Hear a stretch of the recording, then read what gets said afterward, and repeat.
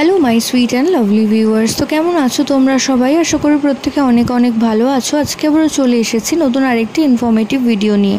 তো এই একটি লক্ষণ যদি কোনো গর্ভবতী মায়ের শরীরে লক্ষ্য করো, তাহলে তোমরা ধারণা করে নিতে পারো যে গর্ভের আগত সন্তানটি একটি ফুটফুটে কন্যা সন্তান আসতে চলেছে।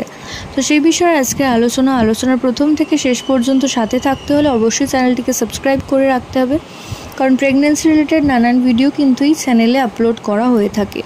তো থ্রু আউট প্রেগনেন্সিতে যদি তোমরা দেখো কোনো গর্ভবতী মায়ের ত্বক দিনে দিনে উজ্জ্বল হয়ে যাচ্ছে এবং মা দিনে দিনে বেশ ফর্সা হয়ে যাচ্ছে, তার সাথে সাথে মাকে দেখতেও বেশ সুন্দর লাগছে, অর্থাৎ মায়ের সৌন্দর্য আস্তে আস্তে বেড়ে যাচ্ছে। তো সেক্ষেত্রে তোমরা ধারণা করে নিতে পারো যে গর্ভের আগত সন্তানটি একটি ফুটফুটে কন্যা সন্তান আসতে চলেছে। কারণ আগেকার দিনে একটা প্রবাদ ছিল, ছেলের মা রাক্ষসী এবং মেয়ের মা সুন্দরী। তো যদি দেখেন যে গর্ভাবস্থায় কোনো মা বেশ সুন্দরী হয়ে গেছে, তো অবশ্যই গর্ভের আগত সন্তানটি একটি ফুটফুটে কন্যা সন্তান আসতে চলেছে।